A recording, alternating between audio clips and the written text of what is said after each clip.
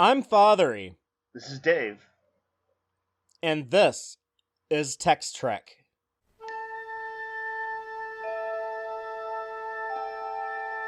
Engage.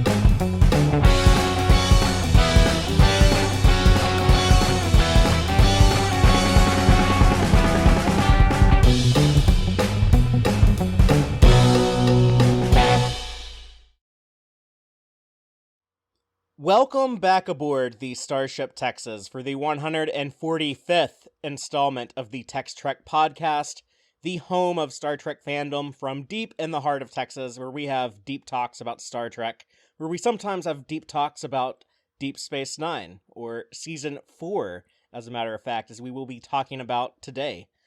Dave watching it for the first time, and myself watching it for the 47th time. So, Dave, how are you doing today? I'm doing all right. We're moving right along on the DS9 stuff. I know we'll probably take a break as new Trek starts to hit.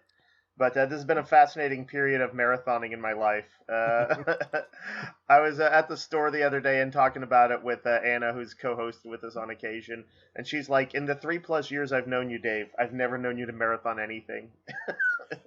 It's mostly true. Well, that is probably a compliment for and you say marathoning, like for your standards, it's like, yes, we're doing like trans warp speed, Right. But we're talking about like a season a month is kind of how it's broken down, which Yeah. is a lot. These are big, beefy 26 episode seasons. Right. I don't have the programming that other people have, that I'm gonna say most people have, to be able to do that. Like, I'm gonna watch a season in a week or over the weekend or whatever. I'm like, what kind of alien are you? The reason why I bring that up, though, is because I think that is probably a compliment to the quality of the show, if it's able to keep you that invested, where you're No able to doubt. go Well, against your nature. I mean, I hit an episode, and I think people probably could even already guess, in this first viewing block of season 4. That's for me, like, just easily jumped to top 10 Star Trek episodes of all time. So yeah, I guess that probably does speak well of it. And you had a lot of fun with the first 3 seasons we've discussed, and I enjoy those first 3 seasons too, but I think the show has just a huge leap in quality going into season 4, and I don't know if that was your experience, but I think that's evident in these episodes we are talking about today. I should state we're only talking about like the first third of the season. We're going to do everything from the Way of the Warrior until the Sword of Kahless. So we're going to begin with the Klingons and end with the Klingons. Hey, that feels all right. I read that this Sword of Kahless was their first. They didn't know if they were going to have was it Michael Dorn at the time, and so they a lot of these plots were a lot of Worf subplots had to be written as subplots, and this was their first big Worf centric episode. Yes. But let's go ahead and start at the beginning with the first episode, or you might count this as 2 episodes, as I tend to do, since that's how Michael Deniso Kuda did it in the Star Trek Encyclopedia, and Memory Alpha calls it episodes 1 and 2 of season 4. But we're talking about the Way of the Warrior, which aired as one big 2-hour season opener. It's almost like a little Star Trek Deep Space Nine movie. Mm-hmm. When a Klingon fleet under General Martok arrives at the station, ostensibly to protect the Alpha Quadrant from the Dominion, Sisko recruits Lieutenant Commander Worf to discover the Klingons' true intentions. Dave, Deep Space Nine has a habit of like these big season openers. We had the big 2-parter Emissary that kicks off the entire show, and then season 2 you had that Circle trilogy with that coup attempt on Bajor, and season 3 had the Search, where we go and meet Odo's people and really get to see like the inner workings of the Dominion and how that society functions. What do you think of this one, how it stacks up to those others? Overall, might be the best of them. DS9, I'm has very strong openers. I feel like, and I think as I recall, the Search Part Two, I thought was like lost a little bit of the energy of the first half of the story, and here I think they maintained the intensity and sort of the drama right up to the end. I actually had no idea that Worf was brought in for such a specific reason. That it wasn't just like, oh, we want to try and get like a TNG member on the cast, and that it would be part of this like massive political intrigue that clearly sets the stage for the whole season, and I don't know what else. Yeah, I was just like, what? Oh my god! Throughout, it was very cool. This episode was a big one for me because, yeah, it is such like a big spectacle episode. You have a bunch of the political side of it, and also like big action, Yep. and a lot of the favorite recurring characters, Ducat and Garrick, both show up here. We get development with Cassidy and that relationship with Cisco. But on top of all of that, the biggest thing is Worf, who I loved as a kid. Worf was actually my favorite Star Trek character as a kid. Originally I was like really into Spock, and then Worf took over Spock's spot as my number one Trek character. And thinking about it now, it's mainly because of the stuff they do with Worf on Deep Space Nine, not so much his Next Generation stuff. And to me, I kind of think of Worf just as much as a DS9 character as a TNG character. It seemed like they took the nuanced side that they had gotten into for sure on TNG, and that was the only side they did. There was never any of this sort of like he's just going to be the overbearing, voice of militancy. He's going to be the devil's advocate for kicking ass. He is immediately sort of a nuanced character, um, and yeah, I feel like it's pretty obvious to me just from the scenes I've seen, even with him mostly being B plots, that he's kind of handled it with a sophistication that sort of it's a definite jump up from TNG style. A little bit more seriousness. They don't play Worf for jokes. They do on occasion, but not as much as TNG did. Right. I mean, I did laugh when I guess is when he's making the greeting rounds and he says to Kira, "Nice hat." Nice hat. Yeah. What was it? They had just come out of a holosuite program, right? Yeah. Because Kira, which Kira is kind relax. of against. Yeah, she's like one of those people who's like, I don't really like watch TV or watch movies. She's Yeah. like, I don't really like do holosuites. Dax had like no problem with like those two Trill hunks that were walking around with her, and she's Yeah. like, "Come on, Kira, you need to get some exercise." It's like, oh yeah, like they're like straight up like fucking dudes on the holosuite, like they're just gonna flat out say it basically. It's such a sad moment in there when Dax says, "Well, didn't you ever, pretend or do make believe as a child?" And Kira said, "Oh yeah, I used to pretend that the Cardassians would stop killing people and go away." That's so sad. That makes me want to cry every time I hear it. Had they not wanted to do it as like a vignette, you actually could have expanded that idea into a full episode. Like it's serious enough, or that it could be like a A-list character plot, and arguably like it is her ongoing arc. I want to just real quick rewind, and we just have to quick talk about the new theme song, Fatheree. Yeah, the new opening credit sequence that has Yep. like a bunch of like ships flying around and stuff. What do you think of that? Yeah, there's like a little dude in there, right? Didn't I see somebody out in space, like a worker? Yeah, there's like guys like welding on one of the pylons. Yeah, the kind of amped up station activity I thought was cool. They changed the audio a little bit, like did some rearrangements. It's a faster tempo and has some more instruments in it. Right, there's a little bit of that sort of what I think of as kind of celestial sounds, of like I don't know if it's like a triangle or like some like bells or something like that are playing that has what in a lot of spacey type things has like this like in sci-fi stuff is a little bit of a more celestial type sound. I kind of liked it. I kind of prefer it. I kind of like starting with the lower production one in like the early seasons, and then here when like the show like really hits its stride, we get the grander version. So I like the combination. What a fence sitter. Pick a side. Dave, let me ask you, this is also the introduction of bald Cisco. Do you like it as much as Cassidy Yates, who seemed really into it? Like she's like rubbing his head at the very beginning of the episode. I thought it looked good, but it actually didn't have like I didn't go like, whoa, what a strikingly different look for the captain. It didn't quite affect me as much as I kind of expected it to. Yeah, this is the look that Avery Brooks wanted to have going into the show.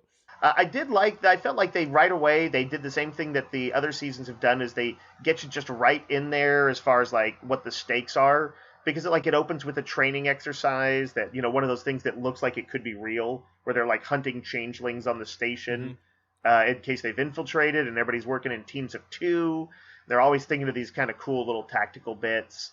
It's very much built on top of the ending of last season with the reveal of like the changeling, or at least they said that they've infiltrated everything and they're everywhere. Again, just showing us, look at how much harm they can do without even being in the episode. They essentially, just like the threat of changelings has broke down the Khitomer Accords, the peace between the Federation and the Klingon Empire, and now like there's like all this tension with the Klingons in Cardassia, Klingons in the Federation. So the Alpha Quadrant is really falling into shambles. Yeah, they said that like Cardassia has closed its borders, that there's people don't even know for sure, but they eventually figure out that there has been a coup, like what the civilian government actually overthrew the military government, which they set up in season 2 with Natima, Quark's girlfriend, and the dissident movement.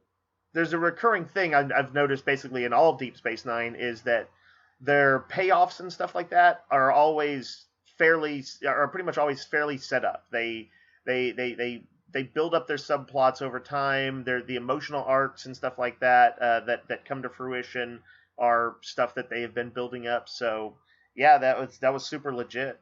That the coup had been built up.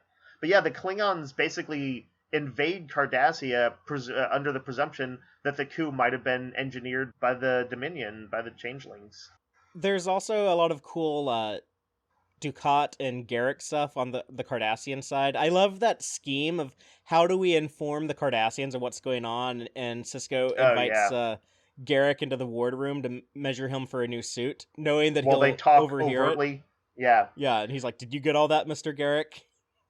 I was super into that scene. I was glad to know that Garrick was going to still be a force in this season. It's fascinating because, like, man, the station and Sisko becomes pivotal in like borderline war, the breakdown of the Khitomer Accords, because of course the Klingons and the Federation have previously been allies for what, decades?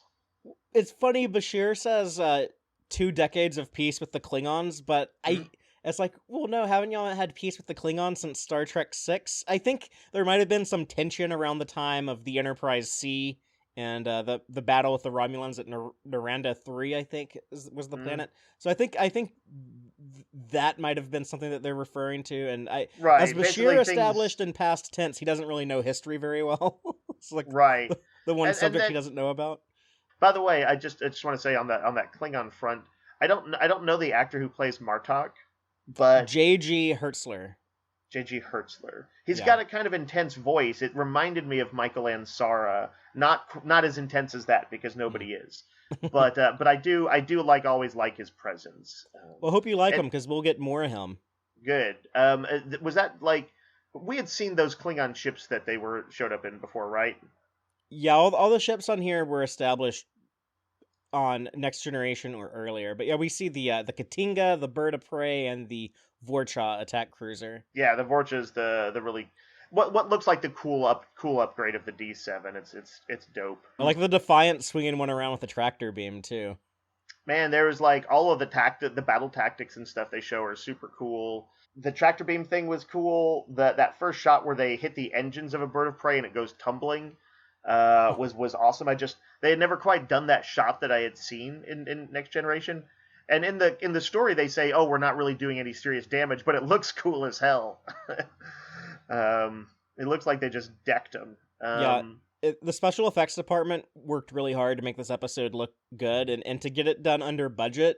They were like buying like the toys of the Klingon ships and like the models that were in stores and like building those so they could just like load them with explosives and glitter and blow them up and make like these really cool looking explosions. Well, the director, James L. Conway, who directed that, he did a lot of Star Trek on TV, and he was kind of treating this as like his audition to hope to get to direct the next Star Trek movie First Contact, but he lost out to Jonathan Frakes, but he Hmm. really tried with this one. There's cool hand-to-hand fighting on the station, and the station also is just like straight up in the middle of like, like launching torpedoes and just being extremely badass. You see Garrick and Gul Dukat in the unlikely position of fighting side by side. And it's not bloodless. Like, you see, I mean, like, they're basically red shirts, but you see people die. Kira gets stabbed. I think O'Brien gets knocked out, too. Oh, yeah, that's right. Yeah, it looks like a rough fight, but Kira's super badass because she, like, the guy stabs her, and she, like, pulls his arm out with the knife still in it, and then she, like, cracks it over her knee to disarm him, and then, like, a few, like, chops or whatever brings him down. But, like, she's, like, fighting after the stab. Yeah, well, it ain't her first rodeo. Nope. No, it was awesome, and throughout there was a really cool thing that Curzon is quoted as having said that Sisko remembers as to the reason why they bring in Worf to this very politically unstable situation. He says the only people who can handle the Klingons are the Klingons. I love that. I love it when the things tie together like that on Deep Space Nine because Curzon's connection with the Klingons is well established at this point. It's a great rationale for introducing Worf. It makes Sisko a canny observer of like their culture and like how to sort of handle it. When Worf sets foot onto the station, he's meted by O'Brien because they were kind of friends on Next Generation. O'Brien would hang out with Worf a lot of times in like group environments, but he was there. He was there like when they did like Worf's birthday party where they had to torture him with pain sticks on the holodeck and for like his rite of passage or whatever. Like right. O'Brien was there, so yeah. And I like that. Like they were talking about like, oh yeah, like remember back on the Enterprise, we had to go like rescue Picard when he turned into a Borg and all this other stuff. And when they see Worf deal with Drex, the son of Martok, named after Doug Drexler, who worked in the art department, but like O'Brien is like, see, I told y'all, he's really good. Yeah, no, that was like I love those kind of connections in there, and actually the connection to O'Brien fits.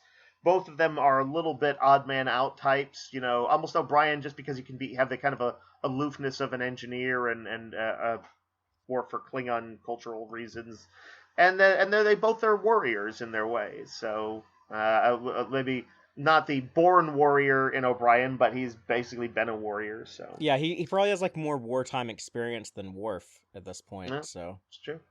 And we get to see Worf and Jadzia meet for the first time, which I know will grow into something more. But I like when the two of them go onto the holosuite, and Worf is like, "Oh, you two like to fight Skeletor," because Worf fought that Skeletor-looking dude on Next Generation a few times in his holo programs. Do we ever see the actual Skeletors on some world? No, I think that was just like a made-up video game character, basically. Okay. Dave, let me ask you, this has a very famous scene in it between Garrick and Quark about root beer. Yeah. Did that stand out to you? It's the one where they like liken it to humanity, right? Or the Federation, I guess. Yeah, that it's so bubbly and happy and taste bad to them, but if you drink enough of it, you get used to it, and then you miss it if it goes away. Yeah, it's insidious. What's the famous line that defines like the whole show about being easy to be, It's easy to be a saint in paradise. Easy to be a saint in paradise. There's a lot of critiques of the Federation, and so yeah, that fit right in with that. I liked it. Did you like Odo and Garrick having breakfast and Odo like regurgitates his coffee? I told that to somebody. I told them about that scene, and they were like grossed out. But I was like, I love that scene because it felt like it was answering what were like fan message board questions. They're like, oh, well, if he doesn't eat, but could he make it look like he did by doing this and just manipulating the matter and blah, blah, blah. I have not particularly warmed up to Cassidy Yates. She's still feels more like a TNG love interest than the kind of than what I would hope DS9 would pull off. Yeah, and Um, I never really thought about that until you started bringing it up, but I do agree she doesn't live up to most of the other recurring characters. You know, like she's not on the same level as like say Garrick or Nog or Ducat or those people. yeah. I think I like him better actually when there's some sparks and fighting a little bit more later on as We'll things go get that in a along. moment. But but yeah, that was like I was just watching him and I was thinking I may not particularly warm up to her. I don't like hate her. I just yeah. They But do an interesting thing with her eventually, if but we got a while before we get there. I just want to point out that the baseball cap that she gives Cisco for her mhm. brother's team, it's the Yeah. Pike City Pioneers. So it's like a Oh, chuck wagon named after star we of Strange presume. New Worlds, Captain Pike. Yeah, that's awesome. His influence still felt on was it some distant world in the future, Yeah. some Uh, strange new world. I wanna talk about Worf's arc where he arrives at the station kind of uncertain if he wants to continue in Starfleet Hmm? after the Enterprise crashed in Star Trek Generations. He's kind of heartbroken over the loss of his ship and doesn't know if he wants to even stay in Starfleet. And he is at the spot that Cisco is at the beginning of the show. And Cisco is like the Picard. Cisco is like, Right? just do this mission for me. And he's thinking like, we'll see if you come around or not. Yeah, and he also had mentioned he'd been like hanging out with what like clerics on Kronos, was it? No, on Borath, the monastery planet. Oh, That's okay. where the But like time crystals are basically, from. oh right, it'd be a case of like embracing the Klingon heritage even more than than Yeah. before. Alexander decided he liked living with the grandparents on Earth more than living with Worf, so Hmm.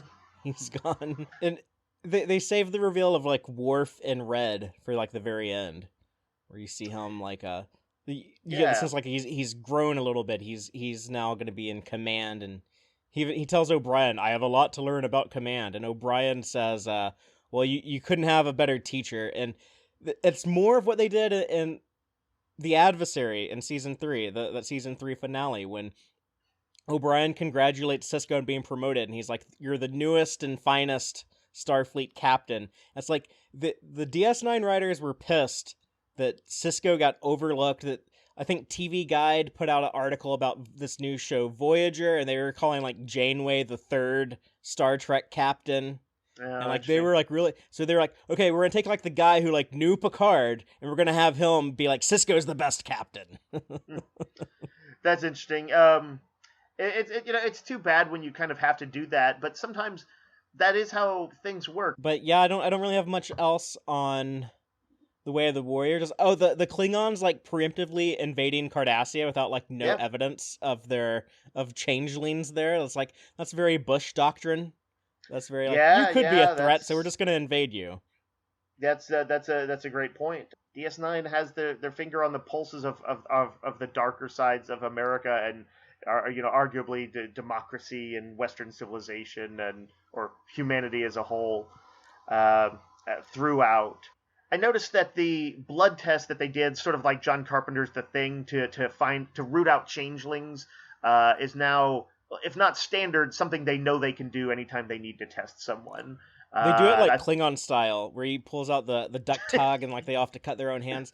That weirded Whenever me people out do as a that, I'm like, kid. couldn't you just prick your finger? God, you don't Well, have to like do the they don't like want a to look Klingon like does. yeah, they don't want to look like pussies in front of the Klingon. So I think diplomatically, like that was like they handled it well. And I know like in the future, like the medical technology, like the sanitation would be like improved. But just like at the time, like in the 90s when this came out, I was going to school. I think there is kind of a little bit of like we have to course correct from the 80s where we kind of really ignored AIDS.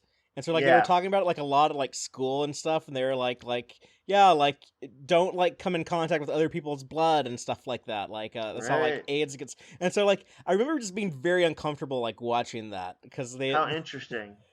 they were all like I cutting their hadn't thought of hands with the that. I same usually just knife. kind of wince a little when they do the cutting, and I'm like, oh, why'd you do that? There was a great Garrick scene where Klingons beat the crap out of him, but he kind of proclaims a victory, saying that he like his cutting barbs will, like be far more damaging Yeah, over he got time. hate crimed. They Yeah, were he like, absolutely "Here's a did, and Cardassian, like let's beat him up."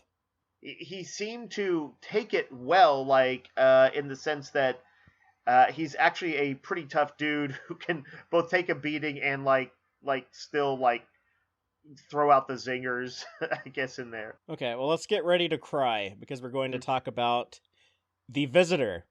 After an accident in the engine room of the Defiant apparently claims the life of Benjamin Sisko, Jake lives out his life in an endless quest to locate his father. I'm glad, by the way, I'm super glad, and I really appreciate your help on this, Fatheree, that you did not say, oh, get ready for the sad episode, or this is a super famous one. I went into it not knowing anything about it more than I just thought it was another episode.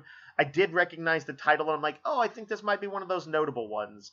And then I was like, wait a minute, is this 30 seconds in and I've got tears in my eyes?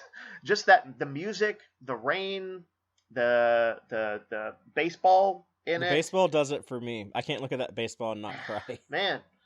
And the reason I talked about things proceeding from what came before is, clearly Sisko and Jake's relationship right from the very first episode has been a sophisticated treatment of father and son, as sophisticated as any relationship in Star Trek. And it's been coming to me that maybe I think on Deep Space Nine that I like their platonic relationships better than their romantic relationships. That's a bigger topic for kind of a little bit later on, but it's just a thought that's percolating in my head. No, I can see it. But especially after last season, Father, what was the one where they were on the Solar Sailor? Explorers. One of the best episodes of the season, an unexpected one for me, because I think I would have thought you're not going to be able to make me kind of I like these characters, but I'm not quite as invested maybe as I thought they were going to try and make me be. And then I was as invested as they made me. There were so many amazing scenes in Explorers. And so if they had not done that, the depth of feeling that they have as we see Jake think that he's lost his father and see him a handful of times over the course of his life would not have been as meaningful. It was so important, I think, that they set the groundwork for this. But then the episode itself is also just spectacularly well written and just extremely emotional. And Tony Todd's performance adds so much to it. Yeah. I actually, after this, I felt bad for Tony Todd, thinking about, knowing that he's capable of this, and that he, so often got cast as, scary guy. Man. This is, one of the best Star Trek performances. It just flat out is.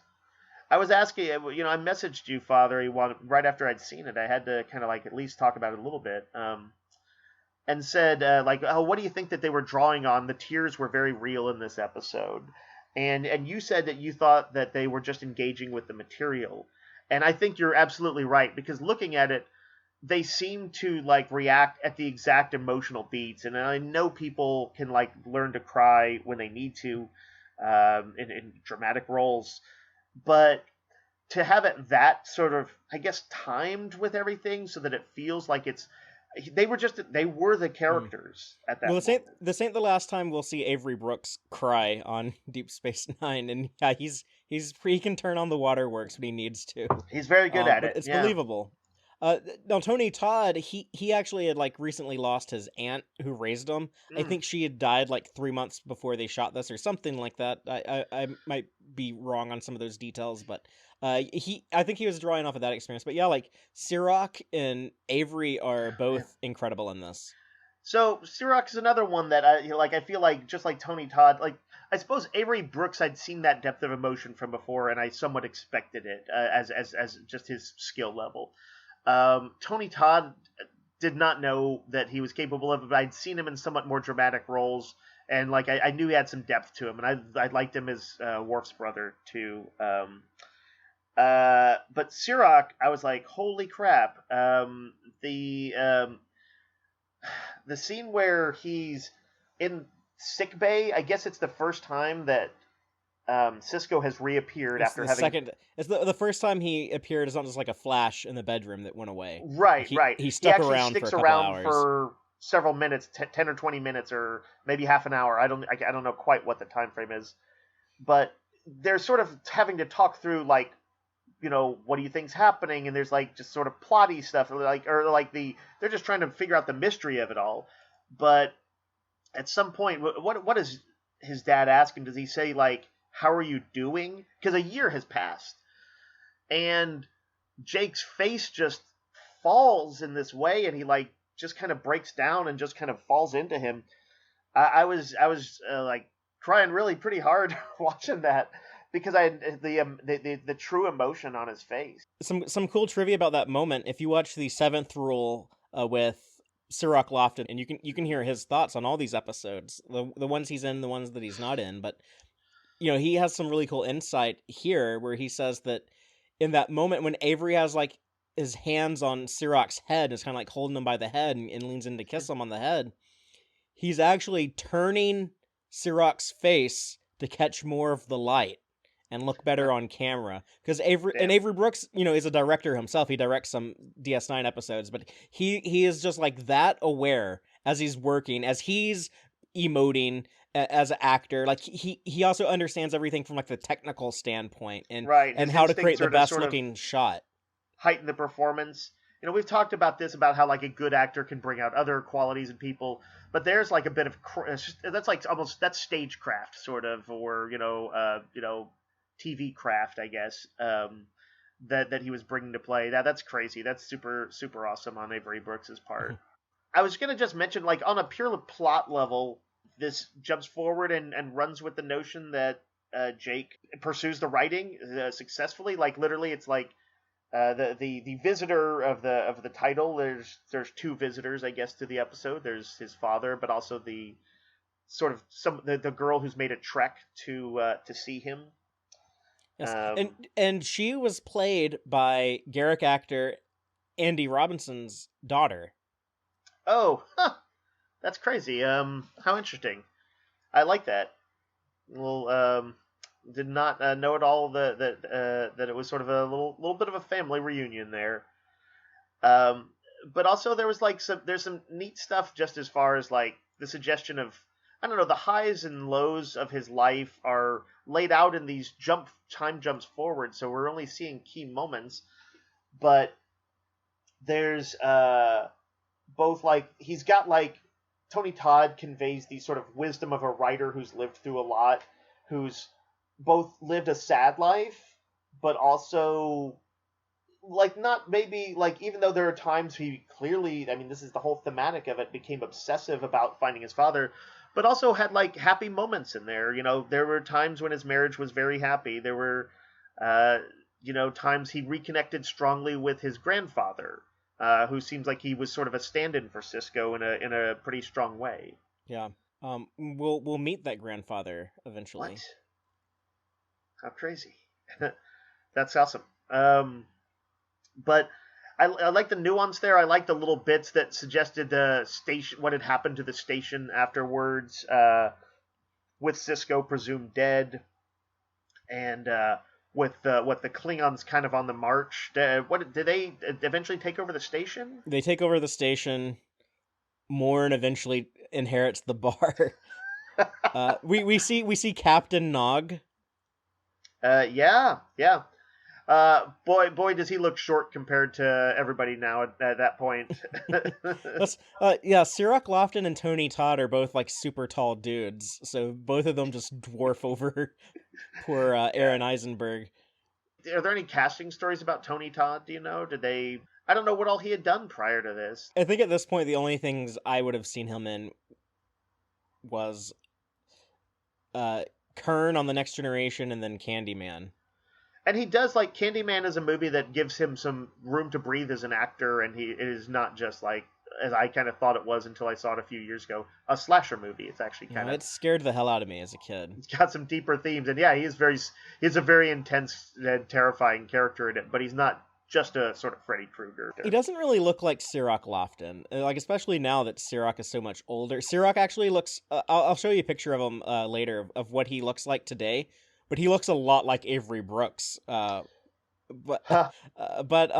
doesn't really look like Tony Todd. But Tony Todd's performance really sold it, and even like the chemistry when we get those moments between Tony Todd and Avery Brooks, like I can buy through their performances that, okay, this is Jake. Like he has like the same like father's love for Tony Todd as he does for Cirroc Lofton when they're Mm-hmm. Especially like the moment where when they have the all good things uniforms where they pull the Defiant out and go into the wormhole to try to because they Mm-hmm. think they can rescue Cisco. He's so upset. He's like no, like Jake, you can have like a good life. It's so sad that you lost your wife. Like I was hoping like you could have like kids and have like all these happy experiences, and you still have time. You should go do that. Stop worrying about me. You totally buy like Cisco's love for his son there, and then later when the last time Cisco shows up, when Tony Todd's the old man passed out in his chair, and Mm-hmm. Cisco's just like watching him, just like studying like the details, Oh seeing man. like all the age and wrinkles in his face, like all these years that he's missed with his son. Yeah, the fact that on what for him is in some ways the most momentous night of his life, as he views it, then that is to say Jake, that he actually just falls asleep, waiting for his father to show up. He's like 100 years old at that point. I know, but it was like so both sad and true, kind of at the same time. I really love that shot of his dad just watching him, And and taking in what clearly were like about a million things at once, but also like just conveying sort of love with like a look, and like just complete empathy and caring and stuff.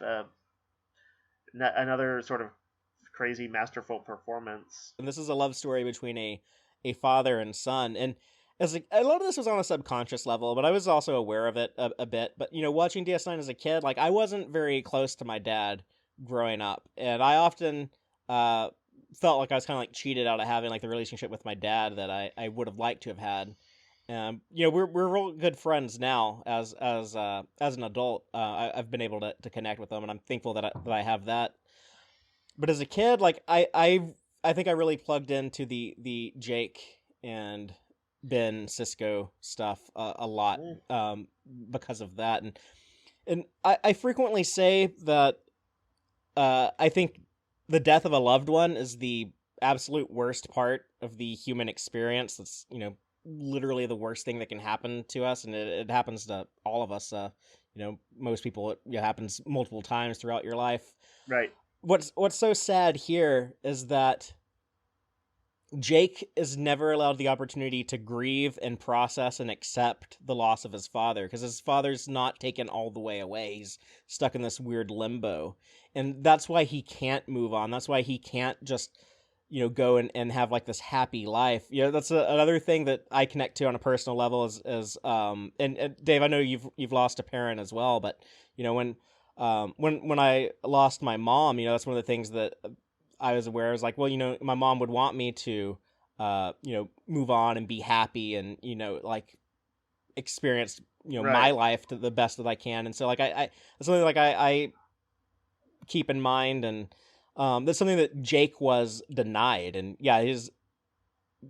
writing What's career, interesting is his wife, all of that stuff, he loses all of it because of his obsession. it struck me that this was a reflection of the first episode of Deep Space Nine, where his dad, where Ben Sisko could not move past the loss. He was grieving the loss of his wife. At the same time, I did like there was like these moments of sort of joy in the show. Like obviously he's like in a terrible situation, but we do see him with his wife in their home, and we do see him at times his basically uh, Ben Sisko getting to be proud of his son. And for people who've lost parents and maybe have regrets, feel like there's things left unsaid. It is if nothing else, there's kind of a neat, the ability through science fiction, this kind of science fiction story, to imagine, oh, what if they could just get a glimpse of how things are going, or maybe of these bright spots in my life, or sad spots. What might they say? What wisdom would they offer? And I think the show, in its neat science fiction tradition, allows those kind of that sort of thought experiment to play out. Did you notice that his wife was a Bajoran woman? I did. I Karina, did. the wife. Not at first, but I after like a scene or two. That's a great little detail. It's like, oh yeah, he likes the Bajoran gals. Yes, he does. Um, didn't he? Did he have like when they had the thing where Loaxana's Troy's menopause? triggered Oh yeah, everybody. he had the hots for Kira. He had the hots for Kira. So I'm just telling you, Father, they've clearly thought of it all on Deep Space Nine. Those In addition writers are very to, thoughtful. yeah, it's a dark and not dark ending simultaneously. It literally is like taking his life. It's sort of a very He, Shakespearean in a way. he's taking his life to give his not just his father back his life, but it's also a bit like selfish in a way because he also wants to give that uh, young 17 or 18-year-old boy the life that he felt like he was denied. Yeah. And it's something that I totally buy like someone would do. Hmm. And it doesn't. It's kind of un-Star Trek, and like it doesn't like really question it or anything. Like he's basically gonna erase this entire timeline when he tells the girl like, "Oh yeah, go ahead and like take my notes. You know, you can use those." Like he's like, "I'm about to erase this timeline anyway, so it doesn't really matter." You know. He Right. wrote he finished all of his stories. He said like, "I'm gonna send these to the publisher and die so that they can't like ask me to like redo anything." But he's also thinking like no, like I'm about to like undo all of this. This is just like to show my dad when he shows up, be like, look, Dad, I did keep writing. That's the only reason why he actually finished that stuff because he undoes it all. But he's not like a Starfleet officer. He's not going to be concerned with like the temporal prime directive or any of that stuff. He's just like the sad boy who grew up to be like the sad man. And he's like, you know what? I'm gonna fix it for me and my dad. It's a time travel story that's purely personal. It does Yes. not.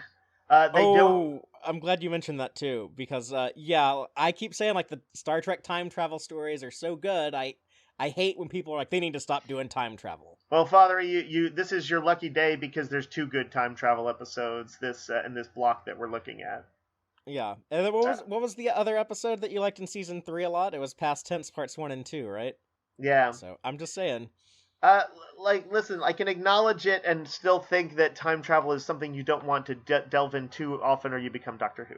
That's. Yeah, I'm not saying they should do it all the time, but I'm saying they should keep doing it because they do it well. I guess.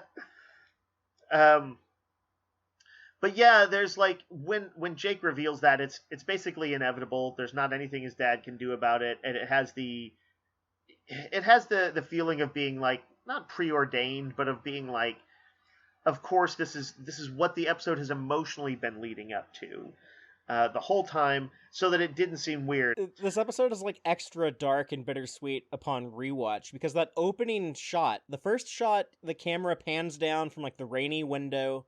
We see the picture of Jake and Ben.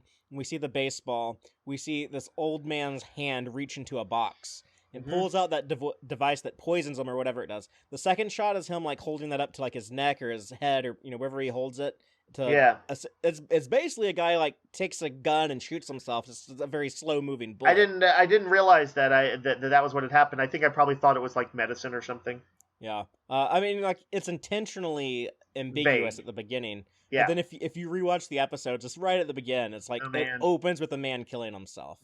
Yeah, man. I don't know what to say other than it's one of the best Trek episodes ever. We need to talk about the episode Hippocratic Oath, episode 3 or 4, based on how you count. I'm gonna call it episode 4. So Sure. episode 4, Hippocratic Oath. Bashir tries to help members of a Jem'Hadar unit free themselves of their addiction to the drug the Founders used to control them. Meanwhile, Worf tries to adjust to life aboard DS9. This is a Miles and Julian A story. Then we have an Odo and Worf B story. Dave, what do you think of this one? I was a fan. I thought it was for me, the first several episodes are, I think, some of my favorites of this, and then it's slightly more mixed bag as I go along. But although pretty much always good at the very least. Yeah,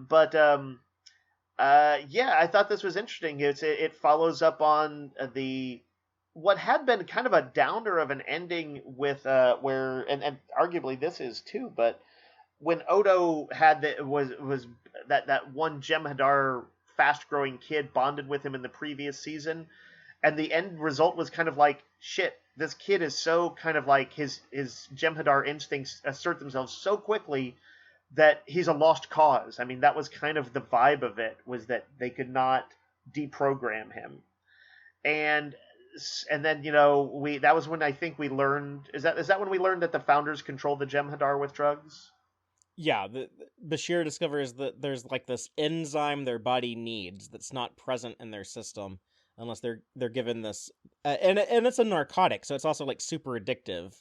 Right, And which we will now is named, I think, in this episode as Ketracel White. Ketracel White.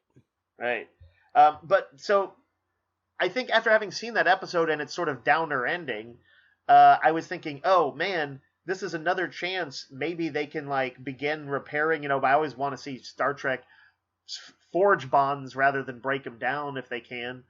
And so I was like, oh man, Bashir is really putting it on the line here, really going tooth and nail against the instincts of the warrior-minded O'Brien to try and help the Jem'Hadar. And he's kind of got a little pie in the sky notions about like, oh, this could change everything. Maybe all the Jem'Hadar will break away from the founders if we can help them on this. And O'Brien's rolling his eyes at how kind of dreamy it seems.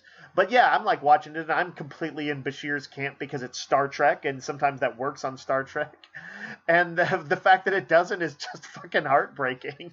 Yeah, well, I like the debate that's presented here. Is Bashir right to try to help these people, or is O'Brien right to abandon that and try to leave?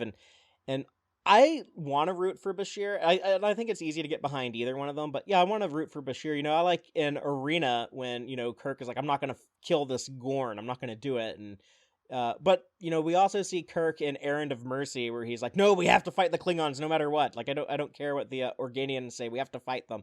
But here I ultimately side with O'Brien just because of some of the specifics here in this specific scenario. Because O'Brien was more concerned with saving his life and saving his friend Julian's life. And because of that, I think, yes, they were in the right to save their own lives. And it was right for him to make that call because he's like, I'm not going to die here. I'm not going to let you die here. And so because of that, I can forgive O'Brien for sabotaging the Doctor's efforts, which it kind of looked like the Doctor wasn't going to be able to figure it out anyways. But he's the Right. I'm so smart. I would have had a perfect score on my finals, except I purposely mistook that post-ganglionic fiber for a pre-ganglionic nerve. So I of course I can solve this mystery, and O'Brien's a lot more like cynical but also realistic. In the real world, O'Brien would probably almost certainly be kind of in the right. But Trek does have like a tradition of sort of like, especially because of its standalone episodes in like TOS and TNG, of sometimes pulling off miracle cures. Like it's just a trope. And so like I think it was reasonable of them to dangle that. And then also I think reasonable of the story to kind of take it away because like, or to show that, yeah, man, like synthesizing a cure or or whatever he was going to do for them to come down from the drug. It's the likelihood of being able to do that. These things are always usually in the process of like they don't have cancer cured, they don't have AIDS cured. They've come up with treatments and preventatives that are pretty amazing. But they, these things take, the span of decades, and even with Trek's intense, medical technology in the future, you would expect that a, completely unknown alien species that, yeah, you cannot overnight come up with something that, like a cure for that. Yeah, one doctor alone in the jungle with like some really shitty lab equipment. But yeah, in Star Trek you do see stuff like that happen. So yeah, you're McCoy right about sometimes that. does that, then tests it on himself, and it's all good after he has a bad reaction. Let me ask you about like the Jem'Hadar in this episode. I'll tell you how I feel about them and then ask for your opinion. But I think this is kind of the first time, other than one random Jem'Hadar kid, this is the first time like we really can like get inside their heads, get to see like their culture, their behavior. We get the character Garan Agar, and he talks about the founders are like gods to us, except they don't wait for us when we die, and how I like that. Yeah, and just he's so loyal to his men. He's trying to like get them like unaddicted to the white, and that moment where he figures out, okay, it's not gonna work, and all these guys are gonna have white withdrawals and go insane. I'm just gonna have to like put them down myself. when they show up at like that runabout at the end, and like that one Jem'Hadar is already kind of like going feral. He's just savage and tearing apart the runabout, and he's like, "Oh, you have captured the humans. Let me kill them." And he says, "I will do the killing." And then he kills his own man, and Bashir is like, "No, like, why are you doing this? Like, you were developing your own like moral code and all this stuff, and like, what's going on here? I want to help you." And Garanagar tells O'Brien, "You are a soldier. You explain it to him." And Right. O'Brien's like, "Yeah, like he's got to be loyal to his men, and do what's best for them." Yeah, it's a neat little bit that kind of brings it round full circle to to basically the qualities that O'Brien has that while they do push against the sort of optimism of Trek, they fit the sort of optimism tinged with a very heavy dose of realism that is Deep Space Nine. Thematically, this is a super Deep Space Nine episode. Deep Space Nine is the only show that like really understands like the distinction between enlisted people and officers, and it makes the Jem'Hadar look pretty badass too. Like they know their shit. They're like, "Oh, this one's wearing gold. That means he's in operations, and he's a non-commissioned officer." I enjoyed watching them more than I had like with most of the Jem'Hadar before. There's a great scene where there's one of the guards is chastising O'Brien for his escape plan. And he says something like, even if you'd killed the guard, you'd never have reached the runabout. And O'Brien's like, I guess we'll never know that. And the guard is just like, I know. It's just, Yeah, the Jem'Hadar are confident. Yes, they are. And, rightly so from everything we've seen. I like O'Brien like trying to like MacGyver his way out of situations. Like we see him like make like those booby traps and stuff, and he's super good under pressure like that. Yeah, he does like some trickery on the run. That's actually like why he became an engineer. Is what they've established before is that during the war with the Cardassians, when he was stranded on a planet having to fight, he had to mechanically figure out solutions to some problems. And I think at one point like reconfigure like a transporter to like beam his people out of there and stuff. And like he became an engineer by way of being a soldier. So yeah, let's talk about the B story, which is Worf versus Odo. Yeah, so like you were saying, they didn't know for sure if they were going to be able to lock down Michael Dorn for DS9. So a lot of these first 8 episodes or so, he's more of a B story function in the episodes. However, that gave them the opportunity to tell kind of an arc with Worf. They knew he would fit in on DS9, but they kind of take Worf on a journey of adjusting to Deep Space Nine, and we get a lot of that here.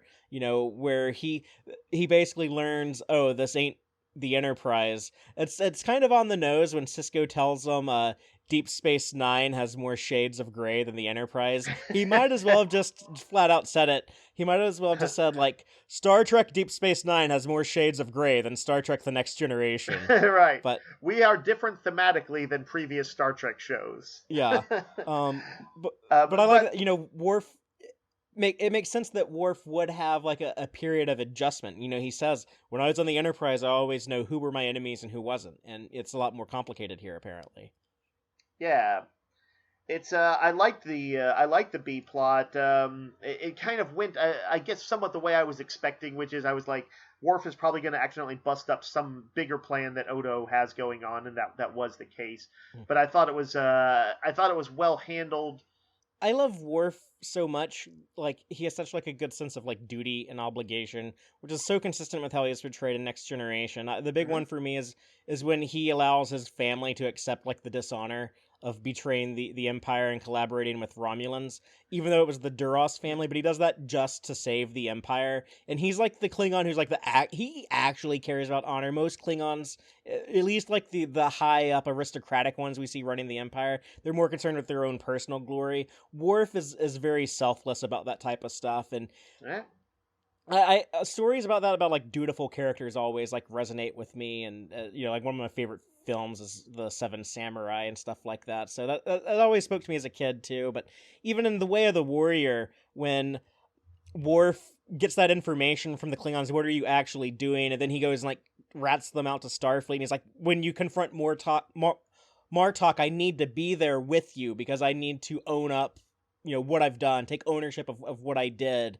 And I love that about him so much. And here, Odo files the report, and Odo doesn't even mention like that Worf fucked up the investigation Mm-hmm. and fucked up his undercover role. But Worf goes to Sisko anyways, and he's like, I need to tell you that I made a mistake.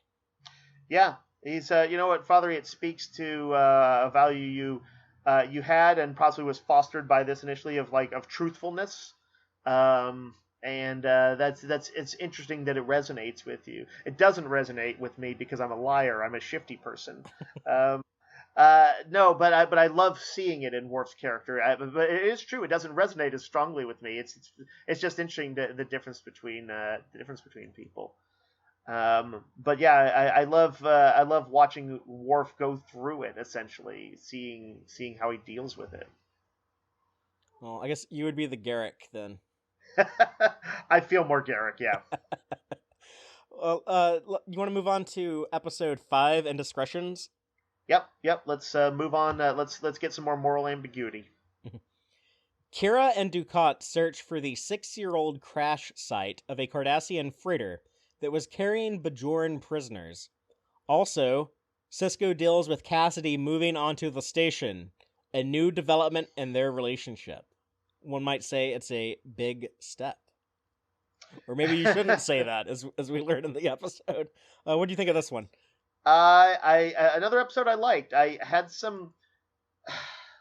I thought that some of the stuff with Dukat maybe doesn't age quite as well in the sense of like building up this sympathy for a guy who was, we talked about this, like his indiscretions were essentially those of a slave owner and his slaves, or a prison camp commandant and his prisoners. He's also a And total creep to Kira the whole time.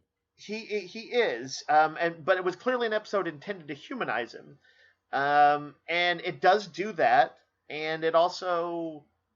The actor, I think, brought a lot to the table. Who's the actor who plays Dukat? Mark Alimo. Mark Alimo, okay.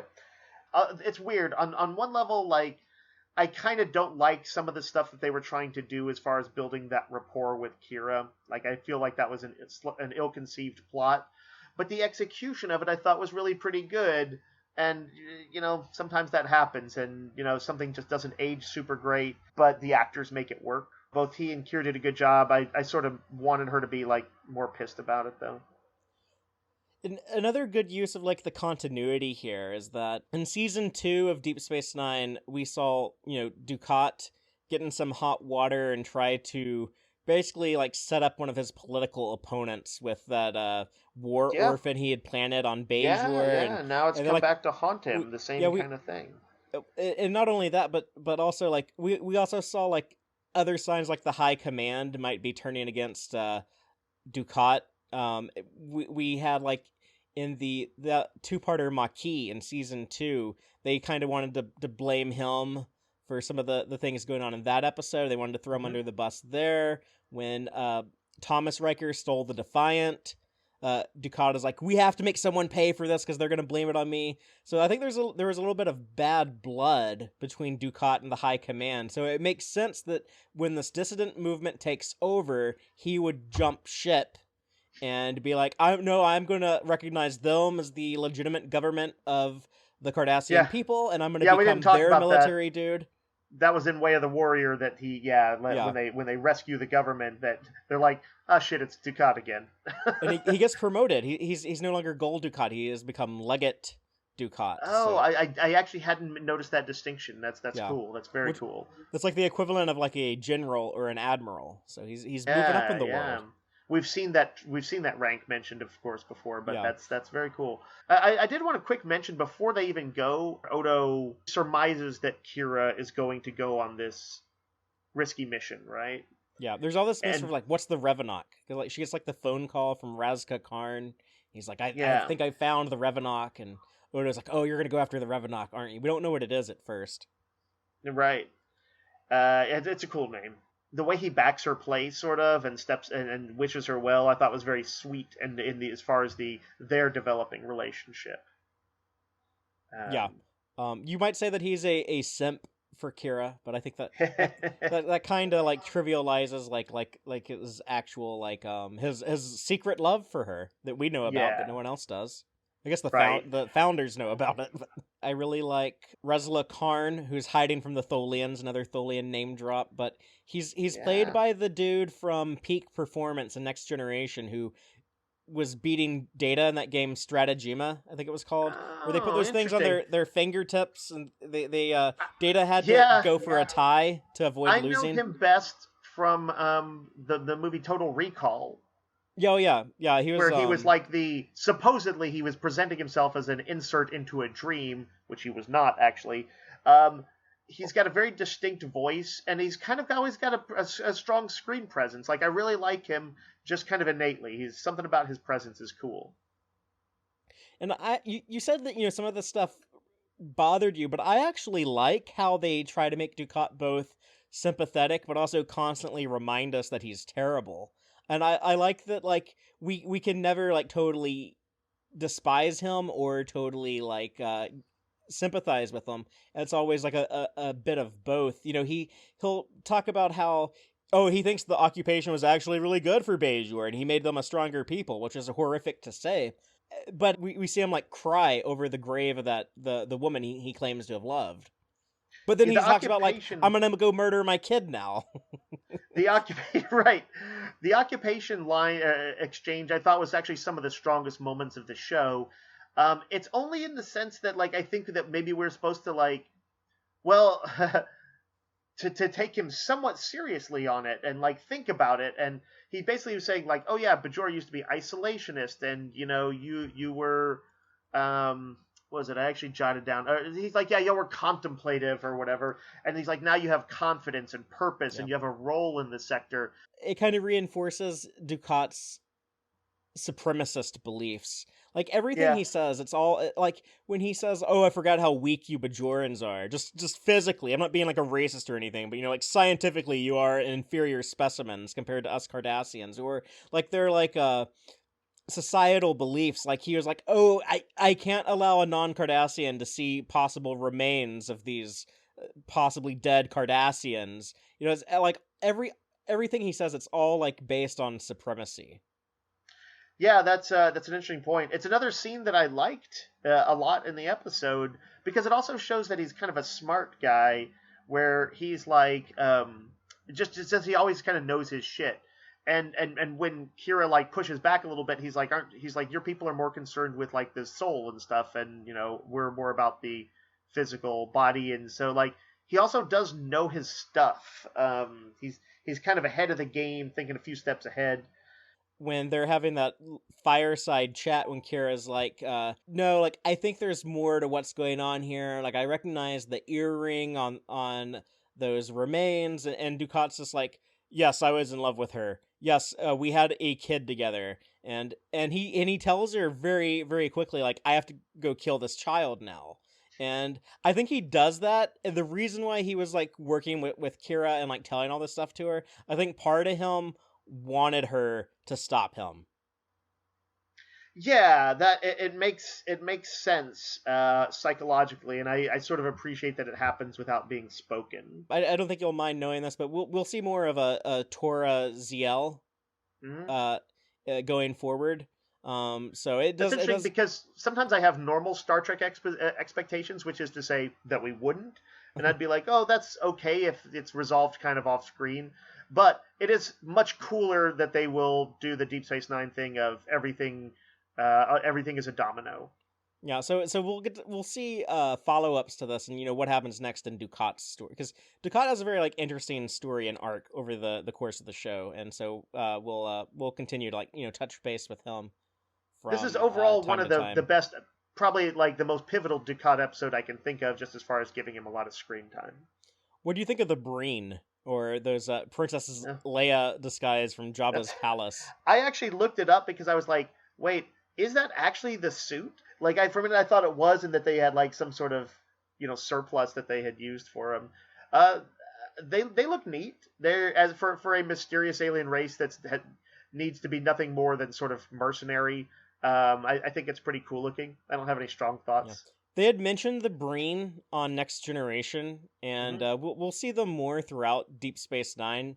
But that's kind of the thing about them, is they are, very mysterious, and we never learn too much about them. I mean, they got those the uniforms somewhere. They must have like either they took them off of a body, or they just found a spare uniforms. But Yeah, I think like, they found like a locker room or something. okay, get to see them without their helmet on. Um, yeah, no, I'll be interested to see more of them then. Uh, let's talk about the B story and the Cassidy Yates stuff. And it looks like they're having an argument over, I think it was fried catfish that they're eating. But when she says, "Yeah, I'm thinking about like accepting this job working for the Bajorans," and Dax had already suggested like, "Oh, you should move into the station," and Cisco says it's a big step, and that kind of I don't like think it that was didn't land cool of well with Dax, her. by the way, to put him on the spot like that. Um, uh, in fact, I thought a little bit of the advice giving in this was a little more than I felt like Cisco did. Now he did fuck it up, like he did, like he should have like kind of been aware of sort of what he was doing, and he just literally couldn't be other than he couldn't react other than what I guess he did. But yes, he does do the thing where like she's like the equivalent of "let's get engaged," and he's like, "Well, that'd be an idea." What's I mean, like I guess like to put it in like real world terms, it'd be like if you've been in a relationship with someone for a few months and Yeah, they don't live in the same city or town as you, but like they come by a lot for work, and y'all have been hitting it off really well, and then she says, "Oh, I'm gonna like take this job over here local and like move in yep, to the same city or town that you're in, or maybe even like the same neighborhood." yeah. So it would be like a big shift in It like is a the momentous thing. dynamic. It's the point at which you decide whether it's a serious relationship or not. I mean, that's they don't just like quite out and say that, but that's what it is.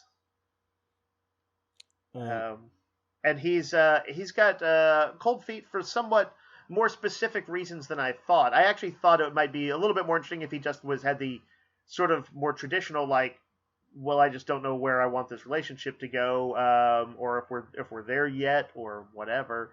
But although by all accounts in all previous episodes, he seems to always be enjoying himself around her. Um, but instead, it's like a more specific reason. Isn't he? He's concerned about her safety.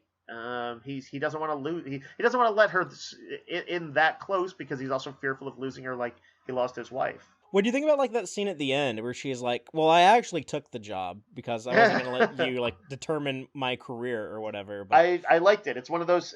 I like her when she's a little bit more self possessed like that, and she feels like I want a freighter captain to be less demure than she projects. And so when she's kind of like when she's arguing with him, when she kind of like says something very confidently like, "Yeah, I took the job," I like her better. She feels like a stronger character to me, and more like who she's supposed to be, which is this freighter captain. So yeah, I like that. you want to hear something crazy? This is the only time they've given the lead in a Star Trek show an ongoing romantic partner until we got to Star Trek Discovery and established Book and Michael.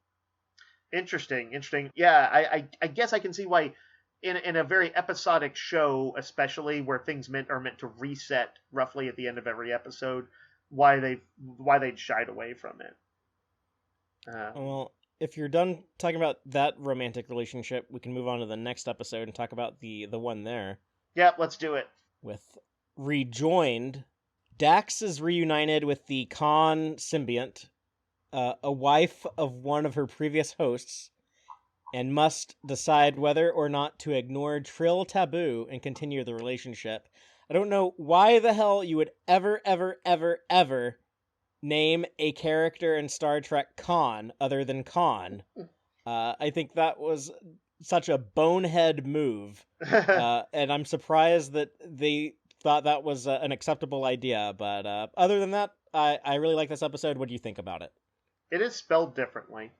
They Yeah, have it they like switched as the A and the it's H. Madeline Kahn style as opposed to Noonien Singh style. Yes. What's her? She also goes by Lenara, right? Yeah, well, let's just That's her call her first name. Lenara, because Lenara otherwise, is a much if easier. you say Khan, I'm gonna scream Khan like Kirk. I had only written down Lenara probably for precisely that reason. Okay. All right, so I read up a little on this episode after I watched it, and I saw that like I actually did not realize that this episode was as big a thing as it apparently was when it came out. To me, it didn't have that big an impact on me. I actually felt like it felt a little bit like progressive for the era, but I felt like the era was still defining like gay relationships. Most like on screen, it was like mostly comfortable with women and mostly comfortable with very femme women, and so that it was like sort of like I don't know queerness for the male gaze. And although I think it's well acted, like I really think Terry Farrell and the actress who played Lenara. Susanna Thompson. She also Okay. played Oliver Queen's mom, Moira, on What? Arrow. Oh, that's nuts. Yeah, Okay, and she that's shows cool. up in Voyager also as the Borg Queen sometimes. Oh wow, so that's pretty notable. But yeah, I was not pulled into it. This is, I guess, why one of the things that made me think to say I feel like they're stronger at writing platonic relationships than romantic ones. Huh. Admittedly, this one is only a one episode reveal, and man, Jake and his dad have been built up for seasons from the beginning. So it's really in some ways not fair to compare, but it did not have the impact on me that I think they wanted it to have. What about you, This Fatheree? might be a little bit like you had to be there at the time to really appreciate it. But one of the big ones for me is like the same sex kiss we get in this episode. The first one they've ever done in Star Trek, Mm-hmm. and at a time when that was still extremely uncommon on TV. It had only happened in scripted television in America 3 previous times. And I went and I looked up some of those examples. The first one was on the show L.A. Law. I think it was about like lawyers in Los Angeles. I watched L.A. Uh, Law. Yeah, it's I want to say it's a David E. Kelly show, which means a little bit of ripped from the headlines kind of lawyery stuff. it had a queer woman on there, I guess.